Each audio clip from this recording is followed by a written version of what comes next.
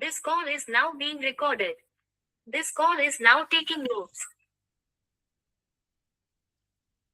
समवायी classes में आप सभी का स्वागत है।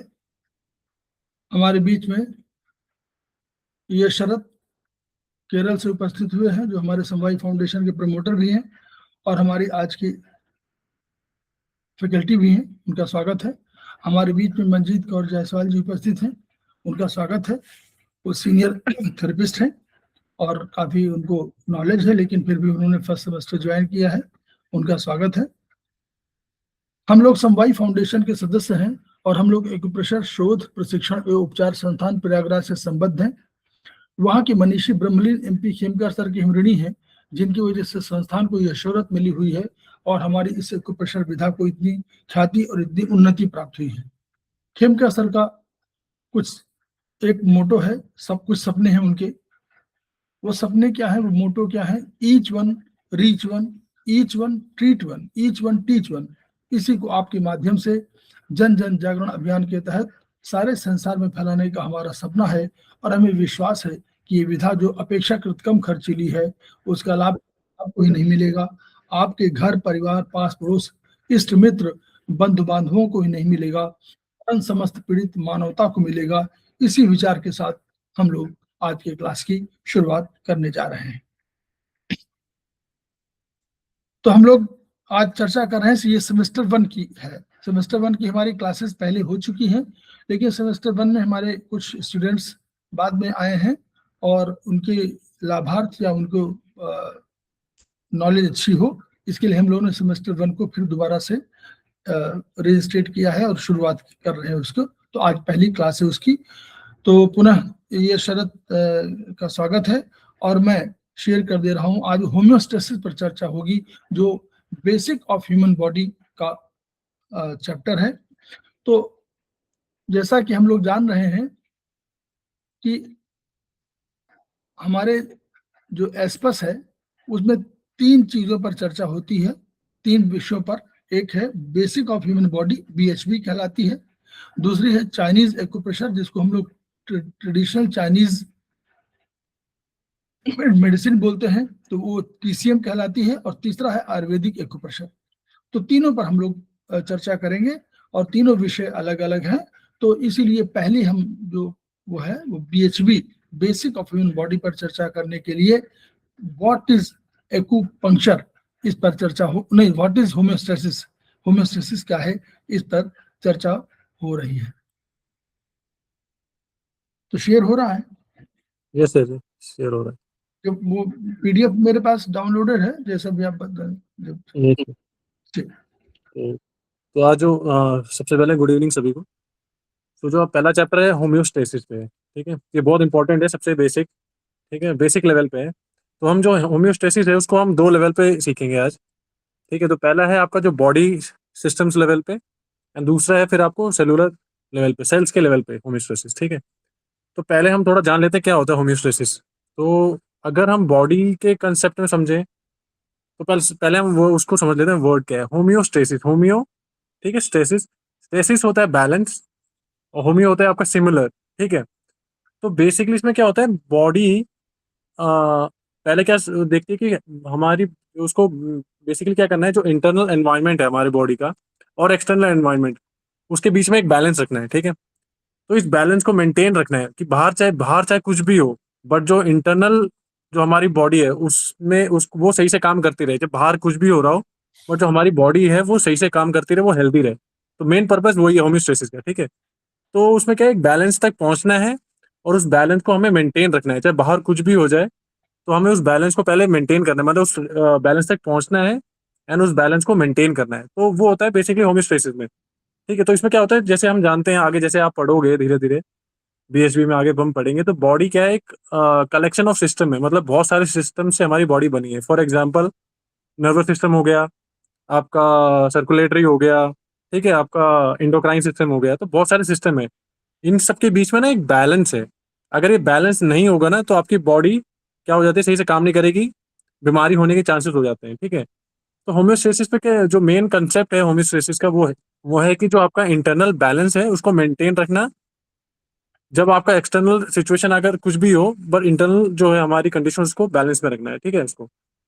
तो इसमें क्या होता है, होम्योस्टेसिस में जो इंपॉर्टेंट चीज़ एक याद रखने की, उसमें एक पर्टिकुलर पॉइंट नहीं है, ठीक है, एक पॉइंट नहीं, जैसे कि हमारा हम जो टेम्परेचर मानते हैं, जो कोर टेम्परेचर है फॉर एग्जाम्पल, वो है आपका 37 पॉइंट समथिंग, ठीक है। तो ये नहीं है कि हमारी बॉडी को जो हमारी जो बॉडी जो कोर टेम्परेचर उसको 37 पे ही रखना है, वो फ्लक्चुएट कर सकती है 0.5 ऊपर भी, 0.5 नीचे भी, मतलब एक रेंज में है। तो होम्योस्टेसिस का मतलब ये नहीं कि पॉइंट है, पर्टिकुलर टेम्परेचर नहीं है, उसका मतलब एक पर्टिकुलर रेंज में रखना है, ठीक है। तो थोड़ा उसके बारे में जान लेते हैं, ठीक है। तो उसकी कुछ पहलू जान लेते हैं, मतलब कुछ जो उसके की फीचर्स जो है होम्योस्टेसिस के। पहला है डायनेमिक इक्विलिब्रियम, मतलब जो स्टेबिलिटी है वो एक एग्जैक्ट पॉइंट पे मेंटेन होगी, वो एक विद इन द रेंज होगी।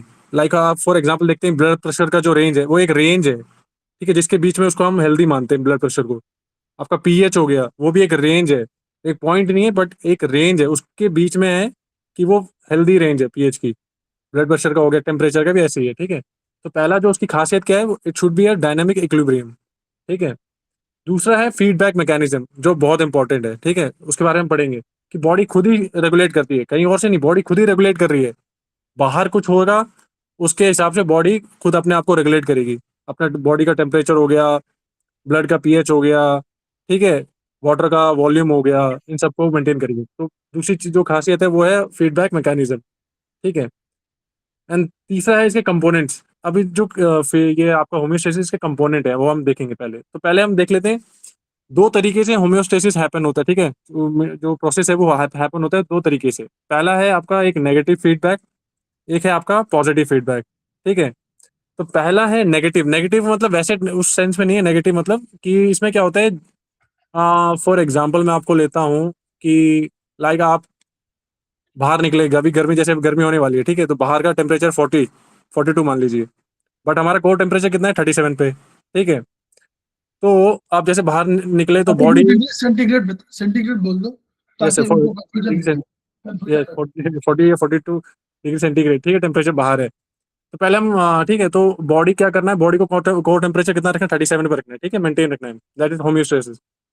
तो क्या करेगा, अ, तो नेगेटिव फीडबैक में क्या होता है, टेम्परेचर बाहर बढ़ा है, हमने क्या बोला, बाहर कुछ भी हो जाए उसके हिसाब से अंदर वो बैलेंस रखना है। तो बाहर क्या हुआ है, बेसिकली बाहर क्या है, टेम्परेचर बढ़ा है, ठीक है।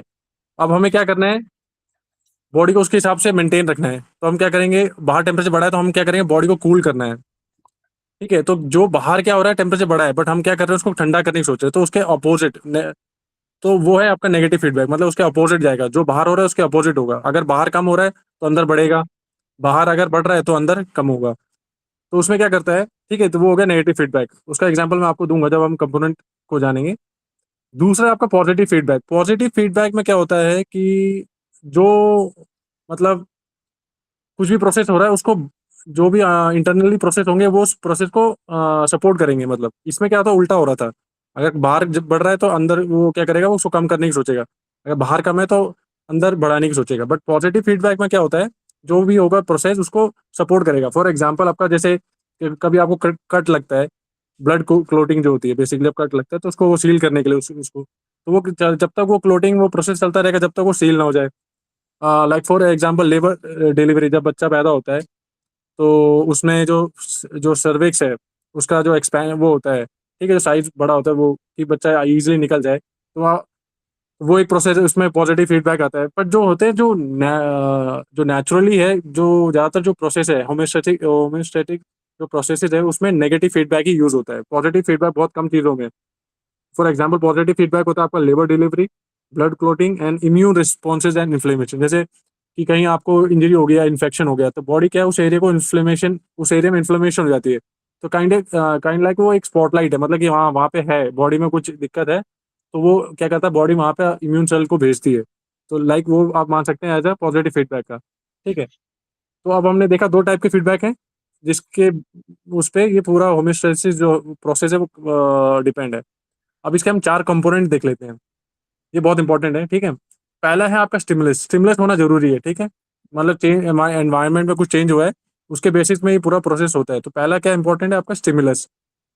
दूसरा है आपका रिसेप्टर, ठीक है, कि मतलब कुछ तो चीजें होनी चाहिए कि उस चेंज को हमें पता हो कि बाहर कुछ चेंज हुआ है, हमें कुछ पता तो होना चाहिए ना, कि बॉडी को लगे कि हाँ बाहर कुछ चेंज हुआ है। तो उस चेंज को पकड़ने के लिए हमारे बॉडी में कुछ रिसेप्टर्स होते हैं, ठीक है, जो इस स्टिमुलस को पकड़ लेते हैं।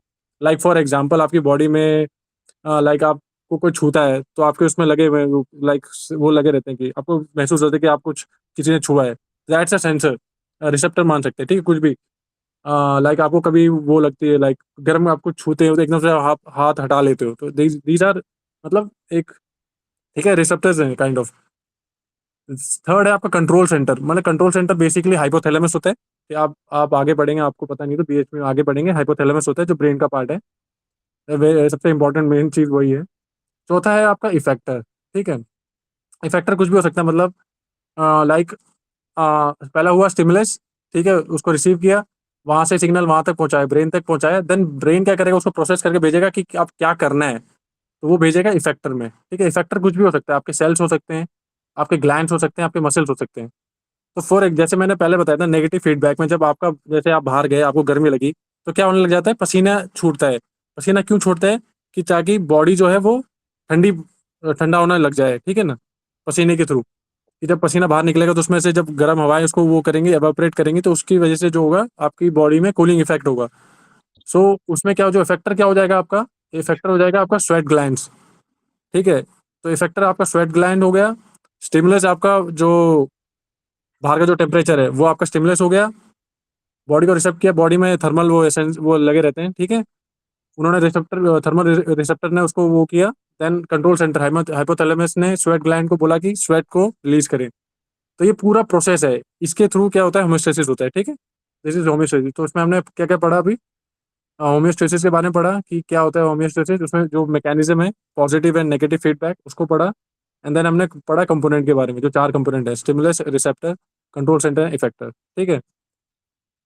तो ये हो गया आपका पहला जो है बॉडी लेवल, सिस्टम लेवल पे, ठीक है। तो मेन जो पर्पस है वो है कि बॉडी को लाइक आप अगर जैसे फॉर एग्जांपल मैं देता हूँ, लाइक कोई जो लोग हैं जो ड्रिंक करते हैं, बहुत ज़्यादा एक्सेसिव एडिक्शन करते हैं, तो उसके केस में क्या हो जाता है, अब वो बॉडी ना लाइक जो भी एडिक्टिव लाइक अल्कोहल मान लीजिए, अब बॉडी आप डेली ले रहे हैं, तो बॉडी क्या करेगी, आप अल्कोहल के हिसाब से अपना जो है जो उसको सिस्टम को अडेप्ट कर लेगी। मतलब जैसे कुछ लोग जैसे आप जो भी एडिक्टिव बंदे होते हैं, जैसे फॉर अल्कोहल एडिक्शन, जब आप उनको वो जो शराब है जब आप वो हटा देते हैं उनके मतलब आप उनको देते नहीं है, तो उनकी बॉडी क्या करने लग जाती है, रिएक्ट करने लग जाती है उसके हिसाब से, क्योंकि अब वो जो बॉडी का जो है जो सिस्टम है वो बदल चुका है। अब वो किस पे वो निर्धारित है, आपके इस अल्कोहल पे। अब बॉडी ने उसको मान लिया कि ये this is the new normal, मतलब अब यही है, इसके हिसाब से बॉडी को पूरा उसको चेंज करो, मतलब बॉडी को अडेप्ट करो, ठीक है। तो नया बैलेंस हो गया आपका, शिफ्ट हो गया, ठीक है ना। तो वो चीज़ें हैं। अब आते हैं हम सेलुलर लेवल पे आते हैं, ठीक है। सेलुलर लेवल पे क्या है, अब जैसे आगे आगे पढ़ेंगे नेक्स्ट उसमें कि हम सेल के बारे में पढ़ेंगे, सेल में क्या क्या होता है, ठीक है। तो सेलुलर लेवल पे सर वो इमेज दिखा देंगे थोड़ा।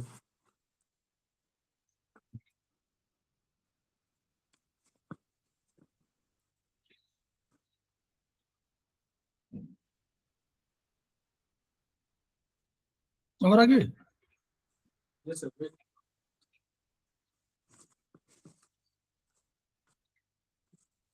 यस सर, ये है जैसे आप देख सकते हैं, ठीक है। जो सेल में होता है, सेल में क्या होता है, आपने जैसे सेल देखा होगा तो उसमें सेल ना सेल का जो आउटर जैसे हमारी स्किन होती है बॉडी की, सेल की होती है एक सेल मेम्ब्रेन, जिसे प्लाज्मा मेम्ब्रेन भी बोलते हैं, ठीक है।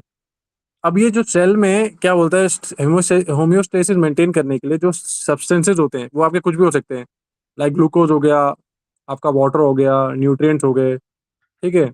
इन सब का सेल से आना जाना लगा रहना चाहिए। अगर ये जो प्रोसेस है कि जो ये न्यूट्रिएंट्स है, ये जो है जो वाटर है, ग्लूकोज, ये बाहर आना जाना नहीं हो पा रहा है, अगर ये रुक गया तो क्या है आपका जो है, क्योंकि बेसिकली क्या है, सेल के अंदर अपना एनवायरनमेंट है, सेल के जो बाहर है एक्स्ट्रा सेलुलर फ्लूइड, वो उसका आउटर एनवायरनमेंट है, ठीक है। इसके बीच में एक डायनेमिक बैलेंस है, ठीक है। ये जो बैलेंस बिगड़ गया तो यानी कि होम्योस्टेसिस बिगड़ गया, और सेल या तो वहाँ की जो चीज़ें अंदर आ जाएंगी या फिर यहाँ की जो चीज़ें वो बाहर चली जाएंगी, ठीक है। दोनों केसेस में नहीं होता है, मतलब दोनों केसेस क्या है, मतलब सेल के लिए खराब है। और एक और चीज़ मैं बताना चाहूँगा, अगर बॉडी होम्योस्टेसिस को मेंटेन करने में फेल हो जाती है तो उससे क्या हो जाएगा, या तो आप बीमार हो जाओगे या तो आप मर जाओगे, ठीक है। 2 चीज़ें हैं, ठीक है। तो होम्योस्टेसिस कितना इंपॉर्टेंट है आप समझ सकते हैं। अब हम वही जैसे मैं बताता सेलुलर लेवल पे कि जो सेल है वो बने आपके प्लाज्मा मेम्ब्रेन या सेल मेम्ब्रेन, ठीक है। अभी ये क्या है, इसमें जो ये अब ये नीला वाला देख सकते हैं ना, ये इसका हेड है, और जो इसका जो दूसरा वाला पार्ट है वो टेल है, ठीक है। तो जो जो हेड है ना वो है हाइड्रोफिलिक, मतलब वो पानी को पसंद करती है, और जो दूसरा वाला एंड है वो है हाइड्रोफोबिक। तो आप जैसे देख सकते हैं ये दो लेयर है, ये एक ऊपर वाली लेयर बनी है, एक नीचे वाली लेयर, बाई लेयर बनती है, ठीक है। अब क्या है, ये सिलेक्टिव है, सिलेक्टिव परमेबिलिटी, मतलब ये ना कुछ चीज़ों को आने देगी, आराम से आना जाना इजी, आप जा सकते हैं सेल से अंदर बाहर जाना, कुछ चीज़ों को ये अलाउड नहीं करेगी, ठीक है। तो यही जो मेन चीज़ है, इसके थ्रू ही होमोस्टेसिस मेंटेन होता है, ठीक है। इसमें तो इसमें क्या, एक सेकंड, वर्चुअली इसमें दरवाजे बने होते हैं, छोटे छोटे दरवाजे समझ लीजिए, जो छेद। तो ये जो सेल का मेम्ब्रेन चारों तरफ के गोलाकार मान लीजिए, और सेल में उसमें छोटे छोटे छेद हैं। इन्हीं छेदों से जो भी खाना आ रहा है या जो भी वेस्ट प्रोडक्ट है निकल रहा है, उसी से निकलेगा, उसी से आएगा। तो ये परमिएबिलिटी का अर्थ ये है कि ये, जैसे हम लोग कोई दरवाजा घर में बनाए और कहीं इसमें केवल हमारे मेहमान आएंगे तो मेहमान उसमें से आएंगे, एक दरवाजा बना दे इसमें घर वाले आएंगे तो घर वाले आएंगे, एक दरवाजा बना दे कि इसमें जो सुरक्षा वाले आएंगे वो रहेंगे। ऐसे इन्होंने बना रखा है सेल में, प्रकृति ने, कि जो सेल में अलग अलग छोटे छोटे पार्ट्स, जो छोटे छोटे छेद बने हुए हैं, इनमें सब के लिए नहीं खोला गया है, कुछ के लिए खोला गया है, कुछ के लिए बंद किया गया है। ठीक, चलिए आइए। ठीक है।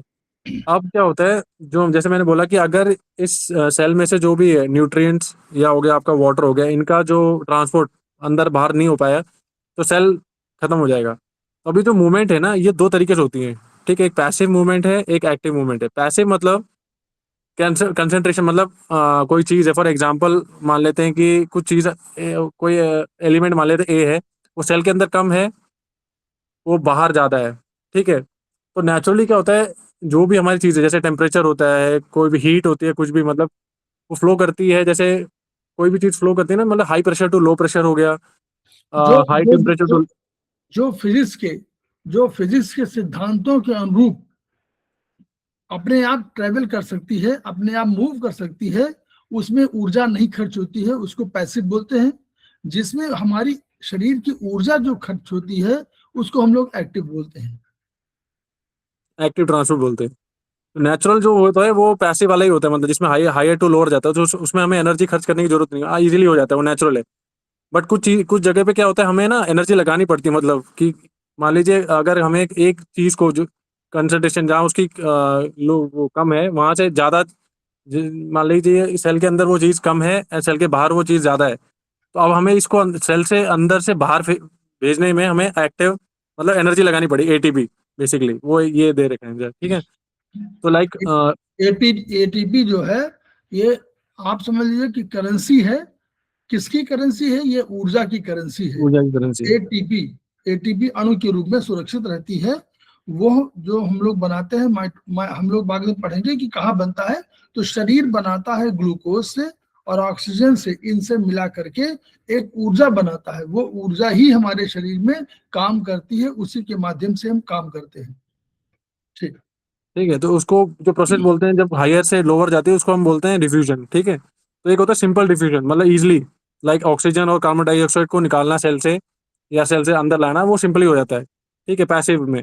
दूसरा है कि जिसमें ना आपको क्या बोलते हैं, कुछ एक्स्ट्रा वो लगाने पड़ेंगे, मतलब किसके हेल्प के थ्रू, जाए लाइक आपका कैल्शियम हो गया, ग्लूकोज हो गया, वाटर, इनको निकालने के लिए अलग से एक वो बना हुआ है, पूरा एक स्ट्रक्चर, ठीक है। इसे बोलते हैं फैसिलिटेटेड डिफ्यूजन, जिसमें आपको थोड़े जैसे प्रोटीन पंप ये बना हुआ है, इनके थ्रू ही वो निकल पाते हैं, क्योंकि ये जो पार्टिकल है ना, थोड़े बड़े हैं।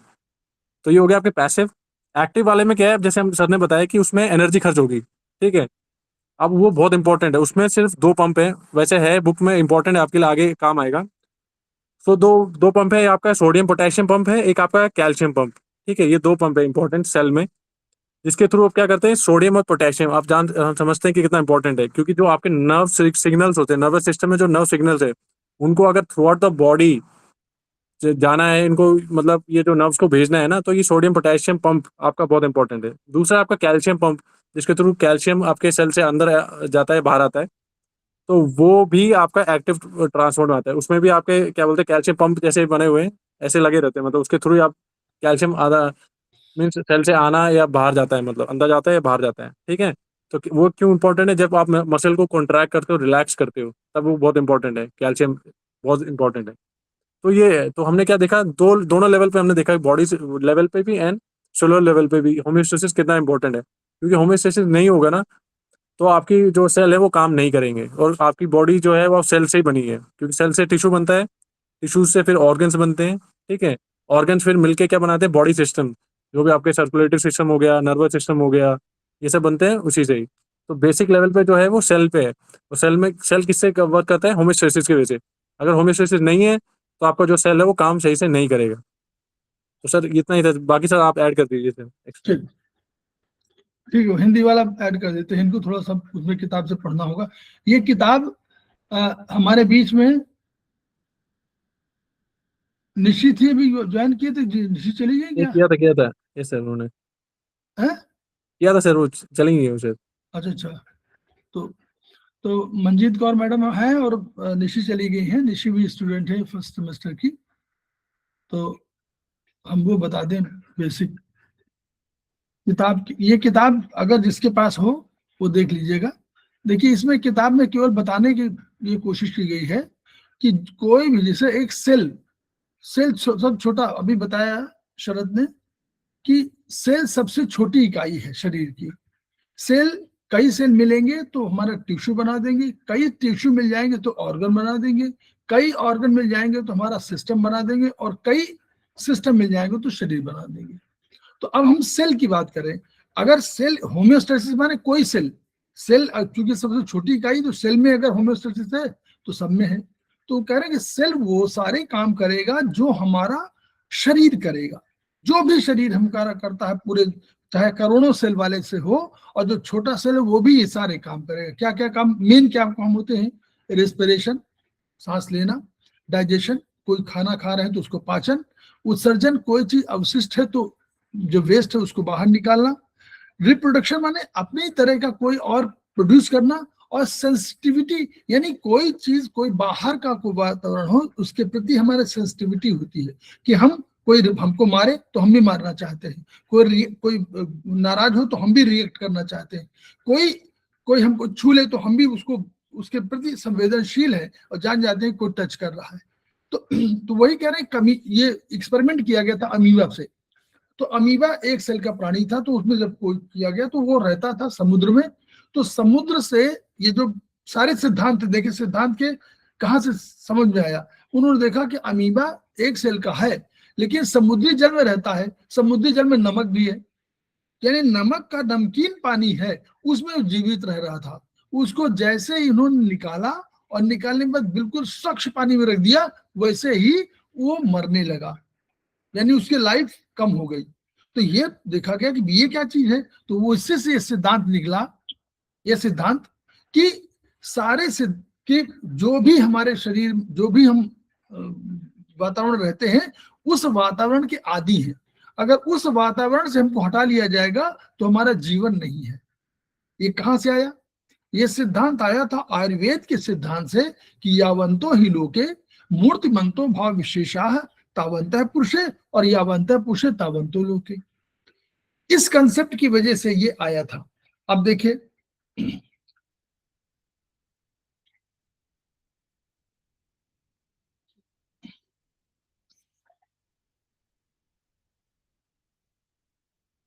एक सेकेंड जरा,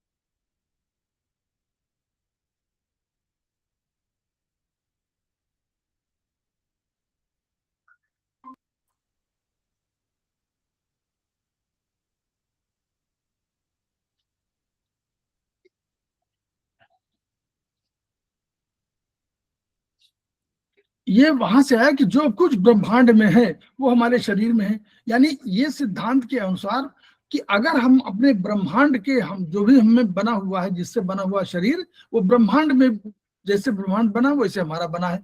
यानी ब्रह्मांड से हमारा संपर्क है, और वो संपर्क है तो अगर हम ब्रह्मांड से अपने को अलग करते हैं, यानी हम अपने वातावरण से अलग करते हैं, जो हमारे प्रकृति है, जो हमारे जलाशय है, जो हमारे कुएं हैं, जो हमारे पेड़ हैं, जो हमारे पौधे हैं, जो हमारे शिवालय हैं, जो मंदिर, जो स्ट्रक्चर है, इनसे अपने को अलग करते हैं तो हमारा जीवन नहीं है। ये कंसेप्ट है, वही से ये आया, ये 1932 के आसपास सिद्धांत आया। जबकि ये हम लोग जो हम आयुर्वेद में जो कहा जा रहा था, ये हमारे जो कहा जा रहा था, हेलो, यस सर। नहीं नहीं कोई बात नहीं। तो ये जो वो कहा जा रहा था, यानी अब उस चीज को जब ये कहा जा रहा था, वही चीज इन्होंने 1932 में कह दिया। 620 ईसा पूर्व के पहले हम कह चुके थे ऑलरेडी आयुर्वेद में। वो सिद्धांत अब आप देखिए वो इसी में आ रहा। अब ये कहा गया कि जो भी, जैसे हम, उन्होंने कहा कि भाई जल है, तो जल अगर वातावरण में है तो जल यहाँ भी है, तो जल शरीर पृथ्वी पे भी है और हमारे शरीर में भी जल है। तो उन्होंने कहा जल में जो पृथ्वी का लगभग 70% है, और हमारे शरीर में भी 60% लगभग जल है, और शेष 40% दो तरह का है। या तो हमारे घुलनशील तत्व है, तो घुलनशील तत्वों को हम लोगों ने कहा, बाद में हम लोगों ने तमाम कह दिया कि ये कोई कार्बनिक है, और कुछ को कहा अकार्बनिक है।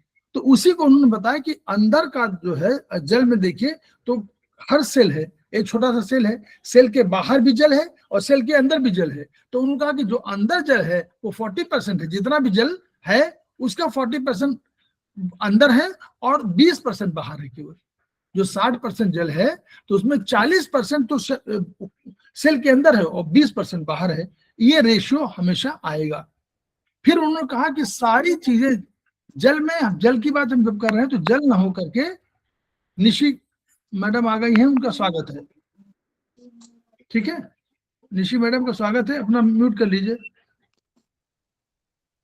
मंजीत मैडम आप भी म्यूट कर लीजिए अपना। म्यूट कर दूं सर?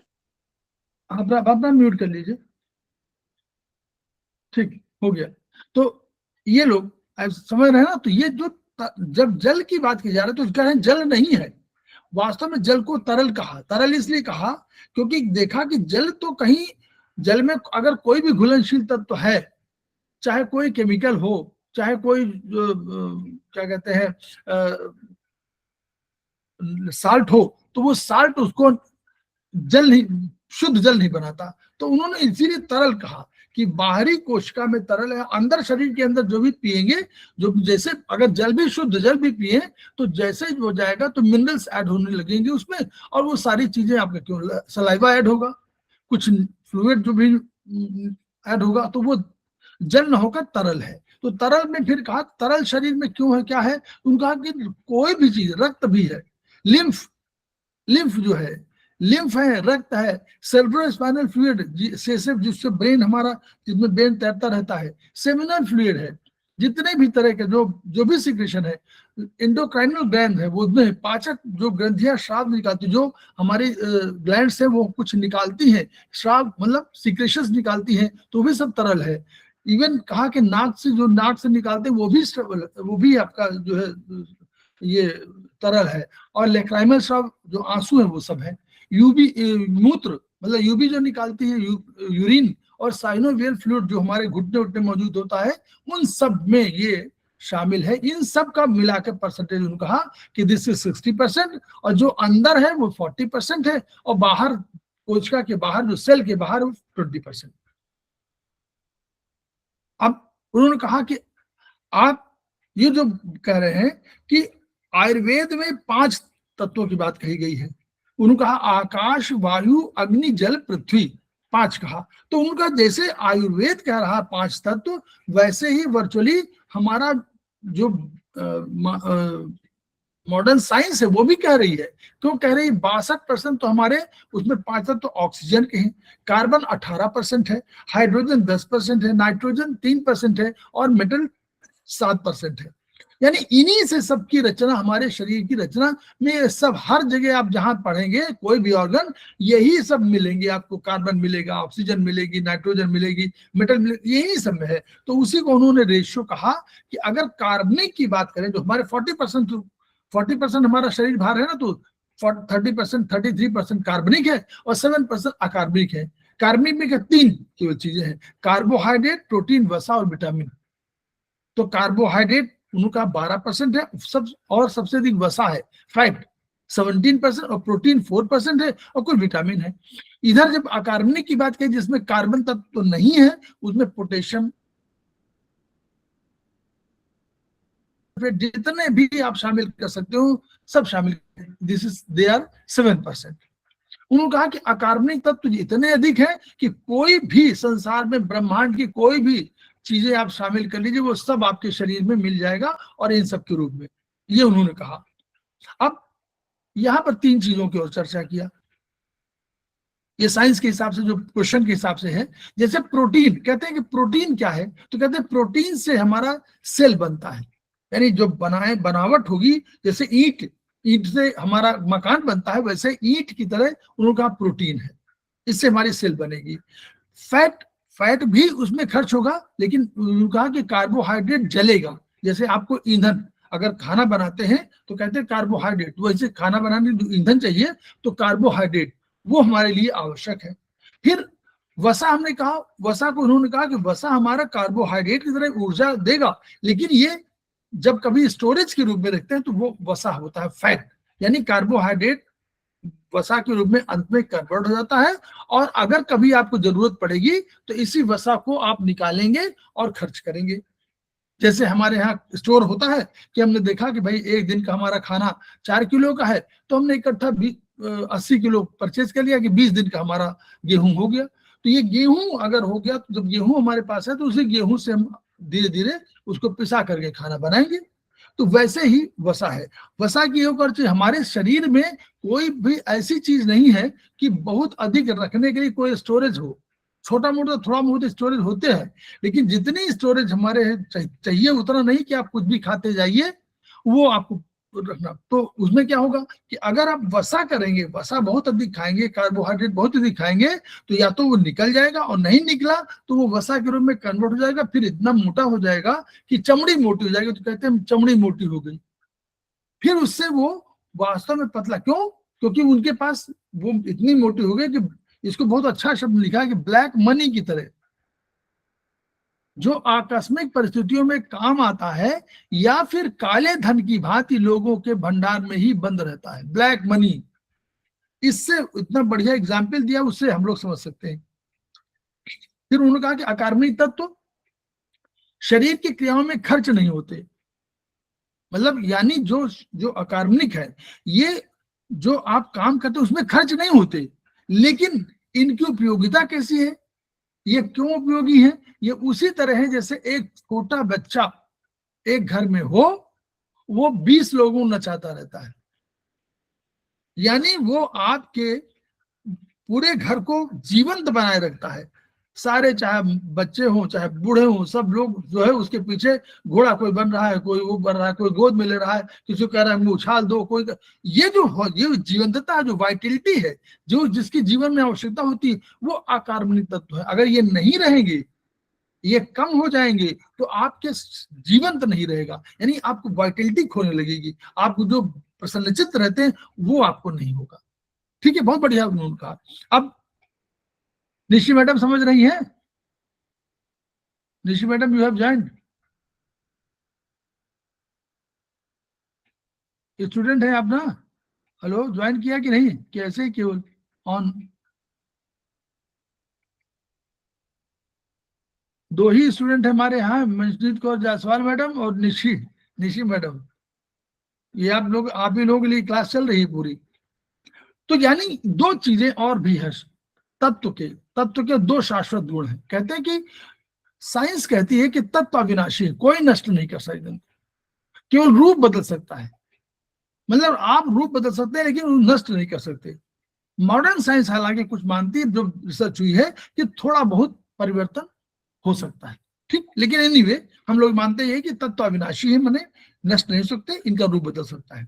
दूसरा क्या है, जब ये तत्व घुलते हैं तो ये क्या होते हैं, दो अपने आयन में कन्वर्ट हो जाते हैं। अब आयन को आप मत समझिए, फिजिक्स का सिद्धांत है कि आयन में कोई इलेक्ट्रॉन वगैरह कुछ कम होते हैं या अधिक हो जाते हैं बस। तो वो कम होते हैं, उससे क्या होता है, करंट आ जाता है उनमें, वो विद्युत के आवेश से युक्त हो जाते हैं। ये केवल कंसेप्ट है। जल में घुलते हैं और आयन बन जाते हैं, यानी एक पॉजिटिव आयन बन जाता है, कोई निगेटिव आयन बन जाता है, बस इतना समझिए। तो अगर ये कोई आयन है, स्पेशली ये कार्बनिक में नहीं बदलता, लेकिन अकार्बनिक वाले आयन में कन्वर्ट होते हैं, और ये जब आयन होते हैं तो ये मूवमेंट होने लगते हैं। क्यों, जैसे आप समझिए कि इसको एग्जाम्पल देंगे, जिसका कि कोई घर में ना हो तो उसको कभी घूम इधर जाएगा कभी उधर चले, घर में अकेला रहता हो कोई आदमी, माँ बाप भी ना हो और मैरिज भी ना हुई हो, तो क्या करेगा, यहाँ दोस्तों के साथ इधर जाएगा, फिर वहाँ चाय, फिर वहाँ पान की दुकान में चला जाएगा, फिर वहाँ किसी मॉल में चला जाएगा, फिर घूमता रहे, क्योंकि अकेला है वो, कोई बैलेंस नहीं है, वो नहीं है। वैसे ही चूंकि आयन वाले हैं तो विद्युतीय आवेशों इधर जाएंगे उधर जाएंगे, घूमते रहेंगे। तो अगर ये ऐसे घूमते हैं कि अगर किसी कमरे में बंद कर दिया जाए, तो जाने 10 लोग बंद कर दिए जाए और उनकी आंखों में पट्टी बांध दी जाए, तो कैसे घूमेंगे, वो जाएंगे 2-4 से लड़ेंगे, कोई इधर जाएंगे कोई टकरा जाएंगे, लड़ेंगे ना टकरा जाएंगे, इधर जाएंगे तो उनको दिखाई तो पड़ नहीं रहा, वैसे ही ये भी टकराते रहते हैं। This is known as Brownian movement. ये सिद्धांत ब्राउन साहब ने दिया, इसलिए उनको ब्राउनियन मूवमेंट कह दिया गया, कि जो ये विद्युत आवेश आयन होते हैं वो घूमते रहते हैं। तो ये यही शरीर में वहां अकार्बनिक तत्व यही करते हैं। दूसरा क्या है, उन्होंने कहा कि देखिए कार्बोहाइड्रेट, प्रोटीन, वसा, ये हमारे कार्बनिक हैं, ये नहीं, इनमें ये आयनिक नहीं, आयन में नहीं बदलते हैं। तो अब इन्होंने कहा कि सेल के बाहर ये जो हमारे आयन वाले हैं, तो एक कुछ अंदर भी है कुछ बाहर भी है, तो दोनों का एक अंदर है जो बाहर, जो तो अंदर वाले में देखिए, अंदर वाले में लिखा हुआ है कि जो अंदर वायु कोश का तरल है वो पॉजिटिव वालों का चार्ज अधिक है और अंदर वाले में निगेटिव चार्ज अधिक है। तो हम लोगों ने एक और सिद्धांत पढ़ा था कि माइनस और प्लस एक दूसरे को आकर्षित करते हैं और प्लस प्लस एक दूसरे को दूर करते हैं। तो यानी अगर ये सेल है और इस सेल के बाहर पॉजिटिव आयन है, अंदर निगेटिव है, तो दोनों घुसना चाहते हैं, वो मिलना चाहते हैं, उधर जाएगा वो उधर जाएगा, तो वो चूंकि छेद है तो छेद से वो आते रहते हैं, यूं घूमते रहते हैं अंदर। निशी मैडम आप सुन रही कि नहीं सुन रही, क्योंकि ये कंसेप्ट है, ये फंडामेंटल कंसेप्ट है, इसी कंसेप्ट पे सारी चीजें होंगी। बहुत छोटा लग रहा है ये, लेकिन यही पूरा सिद्धांत है, पहला सिद्धांत है ये, इसलिए बहुत बार बार ये समझ में नहीं आएगा, जो पूछ रहा हूँ यही पूछ लीजिएगा, ये बहुत इंपॉर्टेंट है, बहुत पहला चैप्टर है, लेकिन ये छोटा चैप्टर लग रहा है, बहुत बड़ा चैप्टर है, इसी पे पूरी साइंस निर्धारित है। ठीक है, तो ये समझिए। तो अगर पॉजिटिव और निगेटिव है तो घुसना चाहेंगे, तो ये छेद है बने हुए हैं, उन्हीं छेद से आएंगे उन्हीं से जाएंगे। तो अब ये जाना चाहिए, आना जाना बिल्कुल सही है, यही होम्योस्टैटिक का अभी जो बताया शरद जी ने, वो यही बता रहे हैं कि बैलेंस करना है। क्या करना है, उन्होंने कहा बैलेंस करना है। ये बैलेंस का सिद्धांत है कि बैलेंस क्या, कि 4 आ रहे हैं 3 जा रहे हैं, इसे बैलेंस कर लेना है। उन्होंने कहा कि कोई भी पैरामीटर फिक्स नहीं है, पॉइंट नहीं है, बल्कि क्या कहा कि कोई भी जो पैरामीटर है वो प्लस माइनस में इधर उधर है, 3 है 5 है, 3 है 4 है, 2 3 है, मतलब ऐसा नहीं कि 2 ही कह दिया, नो। आपको कहा बॉडी टेम्परेचर तो 98.4, तो प्लस माइनस भी कहते हैं भाई 98.6 भी होगा तो भी नॉर्मल है, किसी का 98.8 होगा तो भी नॉर्मल है।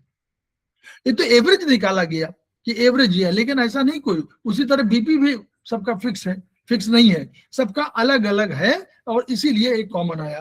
तो कोई भी चीजें शरीर की जो है वो कभी फिक्स स्थिर वेरिएबल नहीं है, वो वेरिएबल है, वो चल वेरिएबल है, वो मतलब मूवमेंट पर प्लस माइनस में आपको लेना पड़ता है। तो वही कह रहे हैं कि यानी सेल के अंदर जा रहा है, सेल के अंदर बाहर आ रहा है, कोई दिक्कत नहीं। तो ये जो पोटेंशियल दोनों के अंदर में प्लस माइनस में पोटेंशियल डिफरेंस है, तो एक दूसरे पे दबाव बनाए रखते हैं। इस सेल के चारों तरफ दबाव बना रहता है, इधर जाने वालों का उधर आने वालों का, जैसे टग ऑफ वार, रस्साकसी हो रही है वैसे होती है। ठीक है, कहते हैं देखिए इसका उदाहरण देखिएगा, ये ठीक वैसे ही है जैसे दो भाइयों के बंटवारे में घर आंगन में दीवार खिंच गई है, परंतु दीवार में मौजूद दरवाजे से बच्चे एक दूसरे के घर आते जाते रहते हैं। ये बच्चे ही तो है, ये आ रहे हैं जा रहे हैं, किंतु ये बच्चे एक समय में एक ही घर में संख्या निश्चित बनाए रखते हैं। 6 इधर आए तो 5 उधर चले गए, 11 हैं तो कभी 6 अंदर आ गए 5 बाहर चले गए, कभी 5 अंदर आ गए 6 बाहर चले गए। ये जो एलिमेंट है इससे क्या होता है, ये होम्योस्टेटिक न बिगड़ने पाए, यानी दोनों ऐसा बैलेंस बना रखें ताकि सेल का स्ट्रक्चर न बदलने पाए, सेल न परेशान होने पाए। इसी को कहते हैं डोनेंस इक्विलिब्रियम। अब सेल के मामले में हम लोग अभी शरीर की बात कर रहे थे, बहुत बढ़िया उन्होंने बताया, हम सेल की बात कर रहे हैं। ये अगर समस्थापन कोई समय में, एक समय में मान लीजिए 11 है, एक समय में 10 पहुंच गए, दूसरे बाहर अंदर 10 पहुंच गए और बाहर 1 है। अब तुरंत क्या करेगा, हरकत में क्या आता है, हरकत में तुरंत आएगा एक्शन। कहां से शुरू होगा, एक्शन जो हमारी होम्योस्टेटिक मशीनें हैं, पूरे शरीर एक मशीन है, तुरंत इंफॉर्मेशन जाती है कि अंदर सेल के अंदर अधिक एलिमेंट आ गए हैं, तो कोई सिस्टम तुरंत कहता है कि नहीं ये बाहर जाना चाहिए, तो उसको बाहर भेज देना ये मशीनों से। कोई कैसे भी सिस्टम हो, उस सिस्टम से बाहर आना है। अगर नहीं आ पाया, अगर आ पाया तो यू आर हेल्दी, अगर नहीं आ पाया तो यू आर सिक। तो अगर ये सेल सिक हो गई तो cell is the structural and functional unit of the body. अगर ये सिक हो गई और होम्योस्टेटिक मशीनें हमारी नहीं ठीक कर पाई, कहां से, फीडबैक मैकेनिज्म से, निगेटिव एंड पॉजिटिव फीडबैक।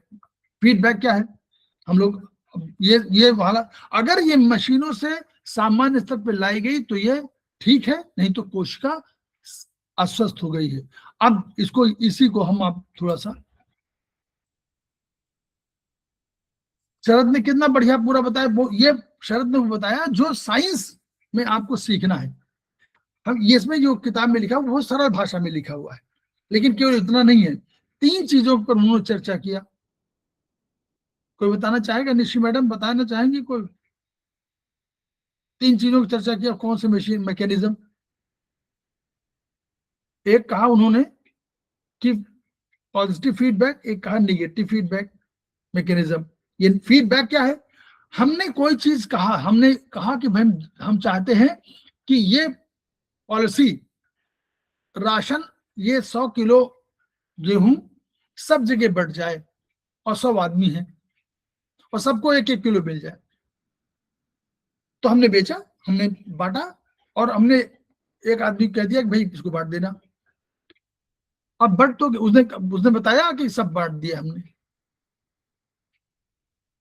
लेकिन हम फीडबैक लेना चाहते हैं, तो किससे लें फीडबैक? मंजीत मैडम बताइए, किससे फीडबैक लेना चाहिए हमको? कि राशन हमने जिसको दिया होगा उसी से ही एग्जैक्टली जिसको मिला होगा वही बताएगा कि हमको मिला है। तो ऐसे अगर हम लोग 10 लोगों से सैंपल, हमने कहा भाई तुमको मिला, उसने कहा हाँ साहब 1 किलो मिला है, दूसरे ने कहा 1 किलो मिला है, तीसरे ने कहा 1 किलो मिला है। अगर उन्होंने कहा नहीं साहब मिला उला कुछ नहीं है, फिर वो चोर हो गया। तो यानी ये फीडबैक ऐसे लिया जाता है कि जिसको अल्टीमेटली पहुंचाना है वो बताना। अब ये फीडबैक मैकेनिज्म क्या है, जैसे कहा कि कोई चीज हुई, मान लीजिए कहीं ये इंफॉर्मेशन गई कि हमारे पास ब्लड ग्लूकोज की संख्या अधिक है, ब्लड में ग्लूकोज अधिक हो गया, तो ग्लूकोज होने का मतलब हुआ कि ग्लूकोज को अंदर ले जाना है। कहां ले जाना है, सेल के अंदर। ग्लूकोज, और लोग आगे पढ़ेंगे, ग्लूकोज अंदर जाकर के माइटोकॉन्ड्रिया में जाता है, सेल का एक पार्ट है, वहां पर जाकर के ऑक्सीजन और ग्लूकोज मिलकर के ऊर्जा बनाते हैं, है ना। खाने, जैसे खाना बनाते हैं, तो खाना बनाना बिल्कुल उसी तरह जैसे ऊर्जा बनाना। तो अब ग्लूकोज अंदर नहीं जा पा रहा है, तो ग्लूकोज बाहर है कि आपने खाया खूब, अपना खूब खूब चीनी फाक लिया या जो भी खाया, आलू वालू जो भी खाया सब कार्बोहाइड्रेट है, सब में वही, तो ये पहुंच तो गया शरीर के अंदर, लेकिन ये रक्त में तो है, घूम रहा है, अंदर सेल में कैसे जाए? तो सेल में जाने के लिए एक और तत्व की आवश्यकता होती है,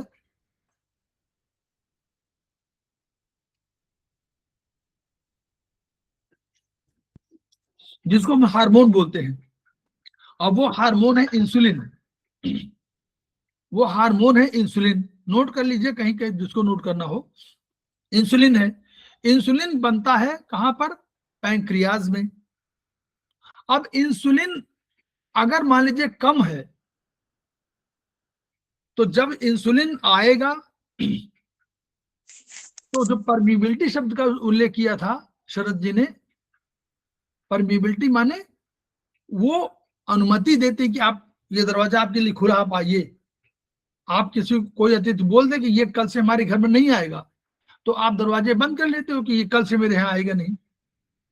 अगर आएगा तो अपने पिताजी को लेके आएगा, ऐसे बोल देते हो आप, तो अपने फादर को लेके आएगा। तो फादर मान लीजिए इंसुलिन है, तो इंसुलिन जब आता है तो वो उसको कहता है कि भाई इनको जाने दीजिए। तो वो इंसुलिन आया, ग्लूकोज जाना, ग्लूकोज, तो ग्लूकोज को जाने देता है। तो ग्लूकोज अंदर पहुंच गया, और अंदर पहुंच गया तो माइटोकॉन्ड्रिया के पास पहुंचा, और उसने तुरंत बना दिया क्या? खाना। मतलब खाना मीन्स ऊर्जा, हमारे अंदर ऊर्जा है, वो खाना है। अब मान लीजिए इंसुलिन कम है, पैंक्रियाज ठीक से फंक्शन नहीं कर रहा, तो उसके पास उसने बनाया नहीं, कम बनाया, जितना बनाना चाहिए उतना नहीं बनाया, या बनाया ही नहीं, दोनों चीजें हो सकती, कम बनाया, बहुत कम बनाया। तो मान लीजिए बहुत कम बनाया, ग्लूकोज यहाँ बहुत है, वो जाना चाह रहा है अंदर, लेकिन उसको परमिबिलिटी नहीं मिली हुई, अनुमति नहीं मिली जाने की, क्योंकि इंसुलिन नहीं है। तो इंसुलिन, अच्छा 2-4 इंसुलिन हुए, वो 2-4 को तो पार करा दिए, लेकिन और स्टेज को पहुंचा नहीं। तो क्या होगा? अंदर ऊर्जा नहीं बनेगी, अंदर ऊर्जा नहीं बनेगी, तो ऊर्जा शरीर में काम करने के लिए खर्च होती है, तो आप काम में शिथिल हो जाएंगे, नंबर 1। नंबर 2 क्या होगा? बाहर सेल में क्या है? रक्त है। सेल के बाहर रक्त घूम रहा है चैनल में, कैपिलरीज में, जिनको हम लोग बोलते हैं आर्टरीज, वेन्स, इनमें रक्त घूम रहा है। इसमें ग्लूकोज तो बढ़ जाएगा, तो ग्लूकोज की मात्रा बढ़ती जाएगी। अंदर सेल बेचारी भूखी है, क्या कहेंगी? कि हमको खाना चाहिए। सेल को क्या चाहिए? अंदर वाली सेल को चाहिए हमको ग्लूकोज चाहिए, ग्लूकोज मिल नहीं रहा, बाहर वाले ग्लूकोज। अब ये इंफॉर्मेशन अभी शरद जी ने एक और कहा था, हाइपोथैलेमस का उल्लेख किया था, ये आप लोग नोट कर लीजिए शब्द, क्योंकि आगे काम देंगे second semester, third semester. Hypothalamus को कहा, तो हाइपोथैलेमस को ये इंफॉर्मेशन जाती है रिसेप्टर माने द्वारपाल, सब जगह बैठे हुए रिसेप्टर। उन्होंने बताया कि भाई रक्त में तो बहुत ग्लूकोज हो गया है, और उधर सेल ने इंफॉर्मेशन दिया कि हमको तो भोजन ही नहीं मिल रहा, तो उन्होंने तुरंत किसको भेजा? हाइपोथैलेमस को मैसेज गया। वो मैसेज हाइपोथैलेमस को गया, तो उसने कहा भाई ये कौन है, क्या हो रहा है? उसने तुरंत पिट्यूटरी ग्लैंड को ऑर्डर दिया कि भाई पिट्यूटरी ग्लैंड आगे निकालो, ये तुरंत बताओ, ये सब ऐसे करो कि वहां पहुंच जाए। पिट्यूटरी ग्लैंड या सीधे कहीं भी दे दिया, मतलब देता पिट्यूटरी ग्लैंड के थ्रू है, तो उसने पिट्यूटरी ग्लैंड ने भी ऑर्डर कर दिया कि भाई आप अपना काम करिए, जो भी काम करना है। पैंक्रियाज ने तब भी मान लीजिए काम नहीं किया, तो फिर सेल ने कहा हम तो भूखे हैं। फिर आदमी ने खाना खा लिया, वो देखा खाना खाओ, तो खाना खा लिया, भोजन की भूख लग गई, हाइपोथैलेमस ने भूख क्रिएट कर दिया, भोजन का लिया,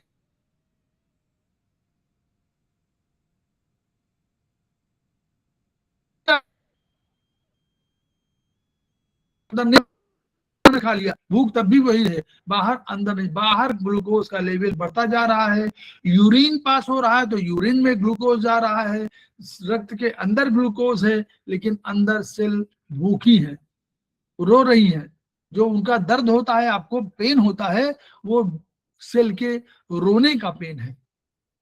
वो रोती हैं, भूखी हैं इसलिए रो रही हैं, आपको लग रहा है कि पेन हो रहा है। वो अपना व्यक्त कैसे करें, उनकी भाषा अलग है, हमारी भाषा अलग है।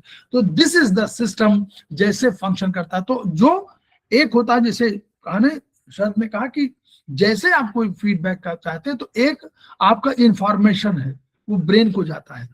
दूसरा इंफॉर्मेशन ब्रेन के पास जो है, जब पहुंचा इंफॉर्मेशन, तो उसने क्या किया, तो ये वहां पर क्या होता है, सीपीयू की तरह एक लगा हुआ है कंप्यूटर, उसने एनालिसिस किया, तो एनालिसिस का ऑर्डर दिया। ऑर्डर देने के बाद, ऑर्डर किसको देता है, किसी ऑर्गन को देगा, किसी मसल को देगा, जो भी ऑर्डर देगा किसी सेल मसल को देगा। तो दिस इज होम्योस्टैटिक मशीनरी, सारी चीजों को बैलेंस करने की। कभी आपका गर्मी हो लग अंदर ही है तो तुरंत पसीना निकाल देगा, ये सब वही मशीनरी है। आपको दौड़ना है तो दौड़ा देगा, ये सब मशीनरी वही है, होम्योस्टैटिक मशीनरी है सारी चीजें। तो यही सेल समस्थापन कहलाता है, इसी को समझना है। बार बार पढ़िएगा, ये पहला चैप्टर है। इस चैप्टर, ये छोटा चैप्टर जरूर लग रहा है, बहुत बड़ा चैप्टर है, इसी पर पूरा साइंस आधारित है। This is sir, homeostatic. Glucose का क्या हुआ जो घूम रहा था सब जगह? वो अगर इंसुलिन नहीं मिलेगा तो आपको क्या कहो, तो डॉक्टर बोलता है कि इंसुलिन का इंजेक्शन लगा दो। लगाता है ना ग्लूकोज के आदमी को, जिसको शुगर होती है उसको ग्लूकोज का इंजेक्शन वो देता है ना, इंसुलिन का। इंसुलिन इंजेक्शन दिया, चाहे दवा दिया चाहे इंजेक्शन दिया, और दवा दिए तो उसने तुरंत ग्लूकोज को अंदर कर दिया, तो भूख कम हो गई, नहीं तो भूख बढ़ती जाएगी। सर ग्लूकोज एज फैट भी हो जाता है, कन्वर्ट हो जाता है ना सर, ग्लूकोज एज फैट भी कन्वर्ट हो जाता है ना। हाँ, ग्लूकोज अगर नहीं होगा तो ग्लूकोज फैट में बदल जाएगा। तो वो दोनों फैट चीजें फिर होंगी। फैट आपका टमी में स्टोर हो जाएगा, जो सबसे बड़ा जगह है क्योंकि ग्लूकोज दो धर्म है ना, जो ग्लूकोज इंजेक्शन लगता है वो सेल के अंदर जाके लगता है, क्या चीज। जो नहीं, इंजेक्शन ब्लड में नहीं ब्लड नहीं, में आता है, अरे ब्लड में। लगेगा तो नहीं, जाएगा तो शरीर के अंदर चला जाएगा ना। सेल सेल छोटी चीज है, शरीर बड़ी चीज है, बस इतना समझ लीजिए। सेल ही तो है, शरीर सेल है, शरीर भी तो एक सेल है, बाहर प्रगति के लिए सेल है, और इस शरीर में भी अंदर सेल है। तो ये बहुत बढ़िया चैप्टर है। और शरद को हम लोग फिर खेमका सर को याद करते हैं, ये याद करते हैं कि अल्टीमेटली उनकी ऊर्जा ही है जो हमें ये पढ़ने के लिए विवश कर रही थी। और नहीं, अगर उन्होंने ये सब नहीं बताया होता तो हम लोग सब पढ़ नहीं रहे होते, सब्जेक्ट को, सारी चीजों को पढ़ नहीं रहे होते, और हम मानवता कल्याण भी नहीं कर रहे होते। इसलिए उनको दोबारा उन शब्दों को याद कर रहे हैं, each one reach one, each one treat one, each one teach one. इन्हीं शब्दों के साथ हम लोग इसको बंद करते हैं, और फिर हम लोग 5 मिनट के बाद फिर हम लोग आते हैं, और तब हम लोग अगले क्लास के लिए तैयारी। मैम नेक्स्ट चैप्टर में आपको समझ में आ जाएगा मैम, सेल वाले में आपको समझ में आ जाएगा। ठीक अभी है मैम आप इतना समझ लिए होम्योस्टेसिस, मैम अगले में समझ में आ जाएगा आपको क्लियर सेल क्या होते हैं। ये दो उन्होंने मैकेनिज्म इतना मतलब बैलेंस करना ना सर, जी। स्टेटिस मतलब बैलेंस करना ना। हाँ, होम्योस्टैटिक बैलेंस, यानी कोई भी बैलेंस जब भी कभी आप करेंगे तो बैलेंस करना, बैलेंस। यही हमारे सिद्धांत क्या है, कहते हैं भैया देखिए, ना अति अच्छी, ना अति धूप, ना अति बारिश, ना कोई, सब बैलेंस में होना चाहिए। बैलेंस में होगी तो हमारा जीवन सही है, हम शांत भी रहें, काम भी करें, दोनों का बैलेंस। अगर बहुत तेज बहुत काम कर रहे हैं तो आराम भी करें। मैम जैसे ज्यादा पानी भी ठीक नहीं है शरीर के लिए, जैसा ज्यादा ऑक्सीजन भी ठीक नहीं है, एक लेवल तक ऑक्सीजन ठीक रहता है, उसके बाद ऑक्सीजन मतलब हमारे लिए बिल्कुल कोई भी सही बात। चीज नहीं, ना ऑक्सीजन ना कार्बन, कोई भी चीज कोई भी अधिक चीज। चीज वो भी ठीक नहीं है। तो फिर हमको जो ब्रीदिंग एक्सरसाइज बोलते हैं उसका फिर मतलब क्या, उसमें तो हम लोग ऑक्सीजन नहीं लेते ना। तो ब्रीदिंग एक्सरसाइज तो इसलिए कि वो जो आपकी जो ब्रीदिंग के पास जो आप 15 बार करते हैं, 16 बार करते हैं, तो कम बार करेंगे, तो वो जितनी कम बार करेंगे उतने आपके वो टोटल संख्या कम हो जाएगी। तो आपको अगर जीवन में अगर 1 लाख सांसें लिखी हुई हैं, तो अगर आप कम सांस लेंगे तो अधिक, 1 मिनट में अगर आप 10 ही सांस लेंगे तो आप देखिए कितना बढ़िया हो जाएगा। योग ये कह रहा है, योग कहता है कि गिनती सांसें जीवन में है। तो अगर वो सांसें हैं, तो अगर आप 15 मिनट, 1 मिनट में 15 बार लेते हैं, तो 1 मिनट में अगर 10 ही बार लेंगे तो आपका लॉन्गेविटी ऑफ लाइफ हो जाएगी। ये दूसरा कंसेप्ट। मैम ये भी है कि अमाउंट ऑफ ऑक्सीजन भी है ना, आपके इतने सारे सेल हैं, सबको ऑक्सीजन चाहिए, मतलब जो ब्रीदिंग एक्सरसाइज करते हो उससे आप ज्यादा पहुंचा रहे हो, मतलब सेल ज्यादा सेल तक पहुंच रहा है ऑक्सीजन, यस, वो चीज है मैम, इसलिए। भाई जो आपने भरा आपने ब्रीदिंग एक्सरसाइज किया तो आपके सारे सेल्स में पहुंच गई सर बढ़िया से। ज्यादा और भी अगर नहीं आप करना हैं? उसको, ज्यादा भी नहीं करना है। नहीं करिए। नहीं वो तो आप मैम कितना भी कर लीजिए मैम उतना ही मिलेगा, मतलब मैम है ना एक एक हाँ, एक मैम एक चैम्बर होता है, और मतलब है ना आजकल एक वो है यूके में है, इंडिया में शुरू हो रहा है, एक मशीन है जिसमें आप क्या ऑक्सीजन एक ज्यादा मतलब जितना हमारे एनवायरनमेंट है उससे ज्यादा उसमें आप करते हैं, उसको पता है क्या बोलते हैं, उससे क्या आपकी बॉडी हील होने लग जाती है, बट ये है कि उससे ज्यादा चला गया ना तो आपको दिक्कत हो जाएगी, तो ये एक वो तो मशीन भी है। ये तो आप नेचुरल ले रहे हैं ना, नेचुरल ले रहे ये हैं ज्यादा नहीं जा सकती मैम, तो ज्यादा नहीं, अधिक वातावरण जो तो होगी वही तो लेंगे आप यहाँ तो उससे ज्यादा अधिक नहीं है ले नहीं। सकती। किसी यस ऐसे एनवायरनमेंट में पहुंच जाए आप जहां पर कि ये वो ऑक्सीजन 30% से ऊपर हो, वहां आपको प्रॉब्लम हो जाएगी। वातावरण में ही वहां अधिक हो। वातावरण उतना ही है ना, आप उतना ही ले सकते हो मैम, बेसिकली होता है ना कि आपके हर सेल तक पहुंचाना है, तो जब हाँ हम नॉर्मल एक्सरसाइज ये सब नहीं करते ना तो सबको मिलता नहीं है, तो उसकी वजह से क्या है, हाँ। आपके जो सेल है वो बना नहीं पाएंगे एनर्जी, खत्म होने लग जाते हैं बेसिकली, क्योंकि ऑक्सीजन चाहिए और ग्लूकोज चाहिए, दो चीज मेन है। निशी मैडम, एनी प्रश्न? कोई आपकी तरफ से कोई प्रश्न है आपको? नहीं सर, अभी तो नहीं है। ठीक, तो इसको बढ़िया से पढ़िएगा। किताब अभी आई कि नहीं आई? हाँ सर, आ गई किताबें तो उसमें ये चैप्टर है ना मानव शरीर विज्ञान में, हाँ सर, एक बुक तो पढ़ ली है, स्टार्टिंग वाली मैंने पूरी। आप वो स्टार्टिंग वाली मानव शरीर विज्ञान में यही है, पहला पहला हाँ। टॉपिक यही है। ठीक, तो हम लोग अभी 2-5 मिनट बाद आते हैं। Thank you Sharad. Thank you sir, कल थैंक यू सभी को। अभी तुम्हारा फिर क्लास है सेकंड वाला। Yes sir, yes sir, okay. Okay.